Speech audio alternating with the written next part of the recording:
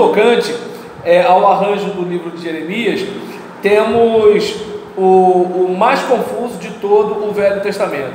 Há um grupo de profecias primitivas, ou profecias da infância de Jeremias, capítulo 1 a 25, assuntos biográficos, 26 a 45, oráculos contra as nações estrangeiras, de 46 a 51, e uma parte histórica como apêndice, capítulo 52.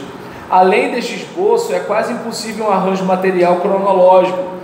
Todos os eruditos que estudam o livro partem de um ponto de vista diferente.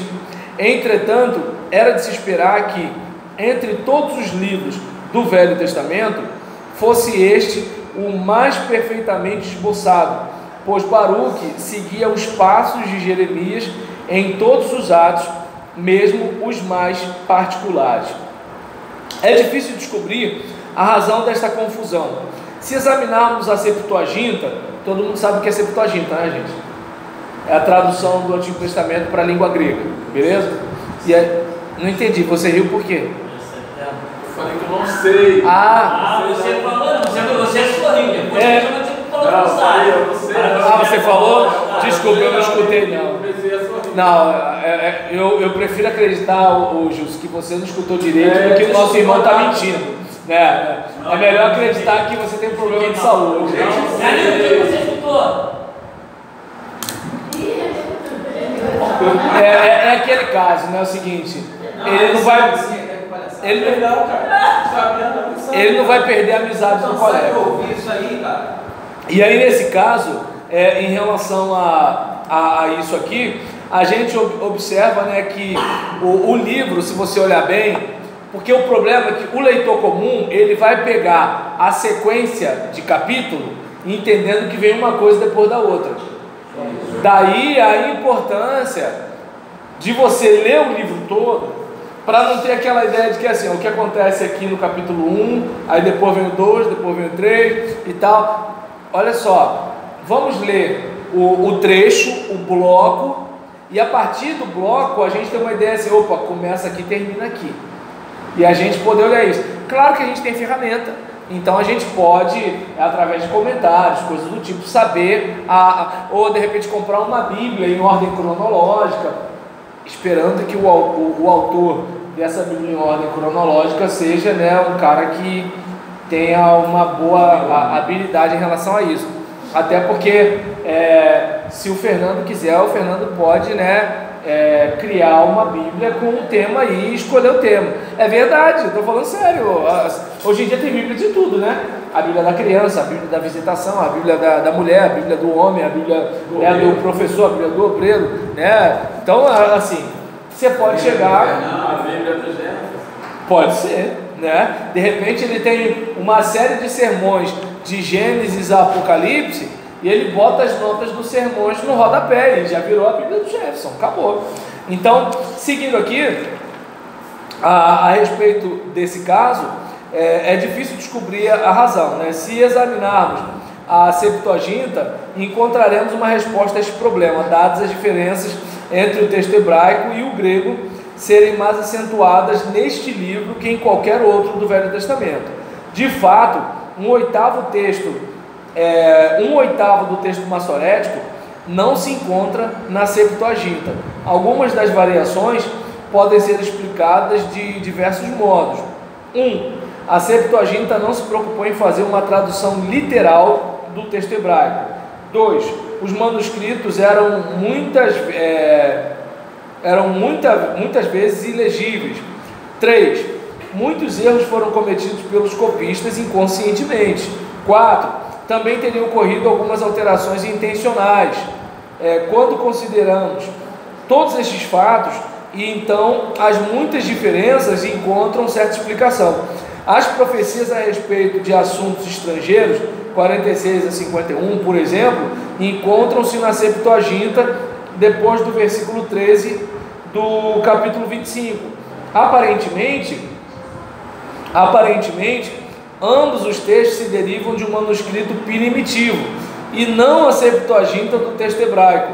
Anos e anos de trabalho de copistas teriam, pois, determinado certas alterações. Não vamos esquecer, né, gente? Não temos digitalização E não temos fotocópia nesse período. É só ler e escrever. E não vamos esquecer o seguinte: Janildo escreve, Carlos lê o que Janildo escreve. Mas será que o Carlos consegue entender tudo que o Janildo escreveu? Ou de repente uma letra parece outra? E aí nisso, quando eu vou copiar do Carlos, que copiou do Janildo, quando é O e quando é A? Porque tem O que é muito parecido com A quando é manuscrito. Então existem situações que podem trazer bastante dificuldades numa cópia normal. No nosso caso é diferente. E ainda assim, quando é livro muito antigo, que você vai tirar cópia, a letra está com aquele borrão. Se alguém não chegar a escrever na caneta alguma coisa ali, lá na frente vai dar ruim. Entendeu? Então é bom a gente lembrar disso. Lembra, a Bíblia é a palavra de Deus em linguagem humana. Linguagem humana não é só questão de A, B, C, D, E, F, G, H, né? Linguagem humana tem a ver, inclusive, né, com o modo de pensar humano, o modo de escrever humano, o modo de ler humano, né? Então tem todas essas questões aí. Seguindo aqui, deixa eu olhar aqui, peraí. Durante a vida de Jeremias, o livro teve diversas edições também.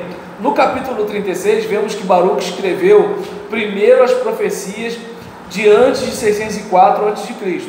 Estas foram queimadas por Jeoaquim e novamente ditadas com certas alterações, possivelmente. Estas profecias encontram-se talvez nos capítulos 1 a 25.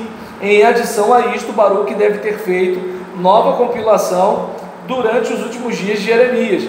Depois que Jeremias morreu, o livro teria tido uma edição final, como outros livros do Velho Testamento.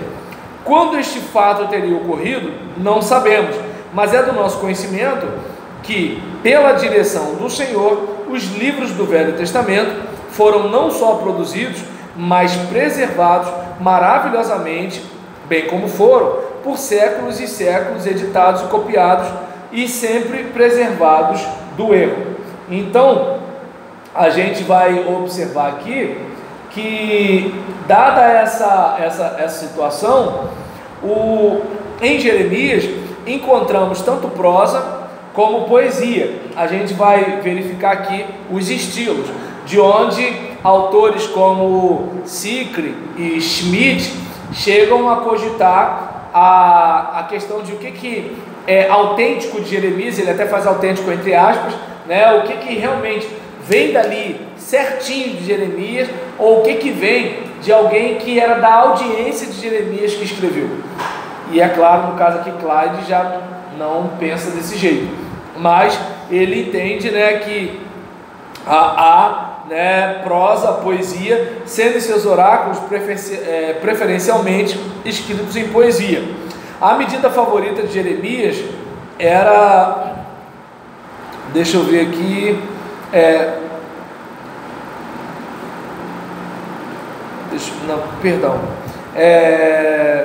Bernardum tentou determinar que só pertencia a Jeremias os oráculos divinos escritos, né, com essa medida, né, que era o chamado de Quiná, né?